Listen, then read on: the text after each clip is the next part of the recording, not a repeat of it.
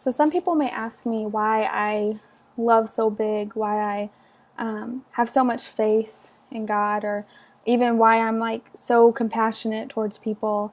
And the answer is that I can't help but be that way because Jesus gave those all of those things. He did all of those things for me first. So I grew up. My grandparents were pastors. They planted a church. Actually, they've been there for 50 years now. So I grew up in church my whole life, went to the same church, got saved about 2,000 times in the kids' church. And growing up, I always served. So, like, that was my background. And I sometimes I wish I was the kind of person who was in the pastor's family who grew up and lived a clean life the whole time, because that's an awesome testimony, but that's just not mine. I noticed at a young age, about third grade, I started to become very insecure in myself and who I was, and I was not confident in myself. I let the enemy plant these things in my mind. I always felt like I was bigger than all of my friends. I always felt that I wasn't as pretty as all of my friends, that I wasn't as athletic as all of my friends, and so it just really, the enemy really used those insecurities to latch onto me and to make me feel like it's normal to feel this way. It's normal to have these thoughts and to know that like you're not good enough. And I kind of settled for that. I was like, I'm just not good enough. That's all there is to it. So throughout my life with that insecurity, I started to become very jealous. I had jealousy a lot. A lot of it was towards my big sister because she's such a great girl, and I don't know if there was anything that she did that wasn't like awesome.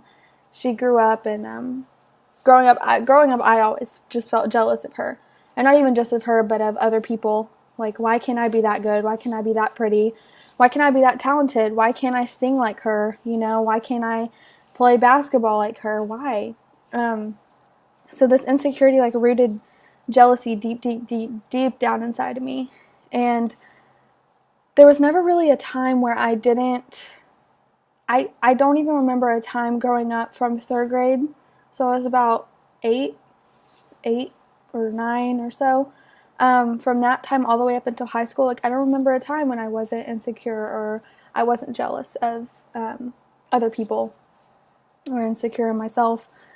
So these things led to even bigger problems later. With these things still in my life, I found out that I had ADHD, and that may not be like a big deal for most people, but for me, especially since I was already insecure in myself, this whole thing of, oh, you have ADHD, it's like I just put a label on myself, and it made me feel worthless. And I know that's not the case. I know ADHD doesn't make people worthless, but that's how I felt, and I was embarrassed that I had it. I was a teenage girl in high school. Like, who wants to be told that they have ADHD whenever they're like a sophomore or freshman in high school, especially when you're a girl? Like, that's just like, it's very demeaning to me, and it just really tore me down, and it became kind of like a label for who I was. So instead of being Sarah and being the person that everybody knew me to be, that I was some happy girl, deep down inside, I couldn't shake the fact that I was insecure and I was jealous. And now I had this thing where I would label myself. Oh, I'm just a girl with ADHD. I'm crazy. I'm out of control. I can't focus. I can't make good grades. Like, what's wrong with me? There's got to be something wrong with me. And people tell me growing up, like they always told me, God has something so big for you. And I can't tell you how many times I just was like, whatever, I don't believe that. That's dumb. How can God use me? I'm just a girl with ADHD, and it just became a label. It just became something. It was who I was. It wasn't just something that I had. I didn't think that I could overcome it. When I was also in high school, I started struggling a lot with something that's kind of deep. It stemmed from social media, specifically Twitter. You scroll down And sometimes things pop up that aren't good. The enemy started tempting me with pornography when I was in high school. There's such a stigma about that, about pornography, around pornography, because people think that, whenever you're tempted to do it or you become addicted to it, like once you do that, then it's over. Like God can't use you. But that's so not true, and I wish I would have known that in the times where I didn't tell anybody. This is actually the first time I'm even telling anybody about this. So the enemy started tempting me with that. I never got to the point where I would look up on a website or anything, but I was definitely tempted. And the best way I can describe it is that it was a constant battle in my mind, a constant battle. The Holy Spirit was fighting so hard for me, and the enemy was just fighting against me, and it kind of seemed like I was on the enemy side. That's what it seemed like, because I definitely wasn't on the Holy Spirit side. But I just remember in those times, it never overcame me fully because the Holy Spirit was fighting for me so much. And looking back now, that just blows me away. It just blows me away how hard he was fighting for my heart. So, whenever I was also in high school, a lot of stuff happened to me when I was in high school. I really felt a call into ministry and into missions specifically.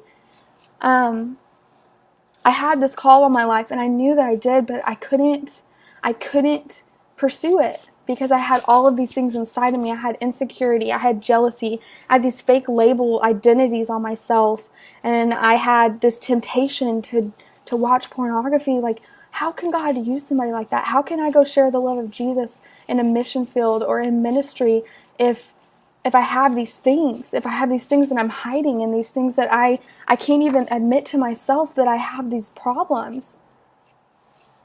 So it was a night, it was actually at youth camp, and my youth pastors just really prayed for me hard. I don't know if the Holy Spirit told them about everything. I don't know that to this day. I don't know that. But I do know that they prayed for me really hard, and it was that night at youth camp where I was completely set free from all of these things. And I can't even explain the feeling.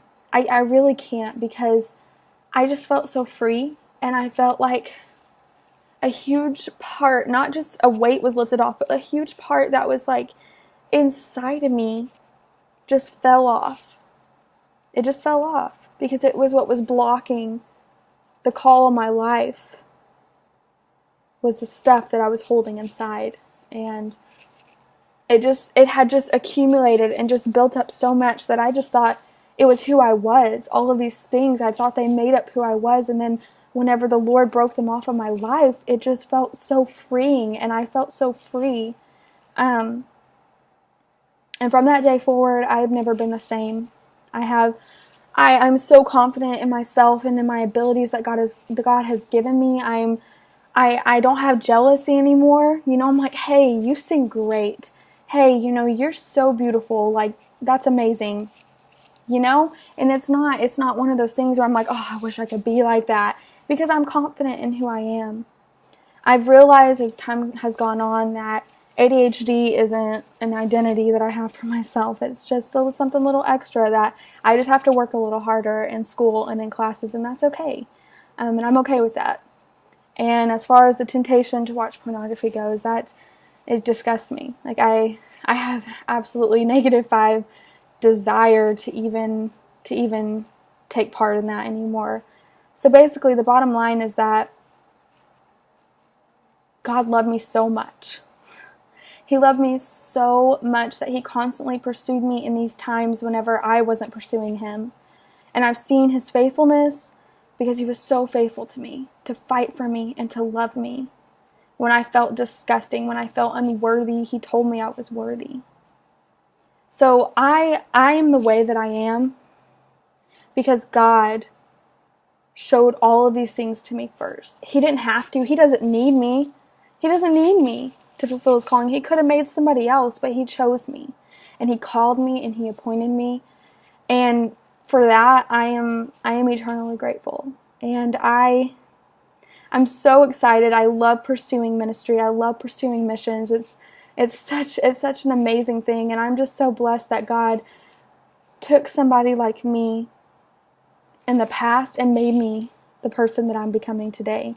Because without his grace and his mercy and his love and compassion and faithfulness to me, I wouldn't be anywhere near the person that I am today. And I know that the person I am today isn't anywhere near the person I'm going to become. So I'm so thankful for that. And I'm so thankful that he loves us, you know, he loves you, he loves everybody so much, and he wants us to have a fulfillment in life, not just an average life. He wants us to have fulfillment.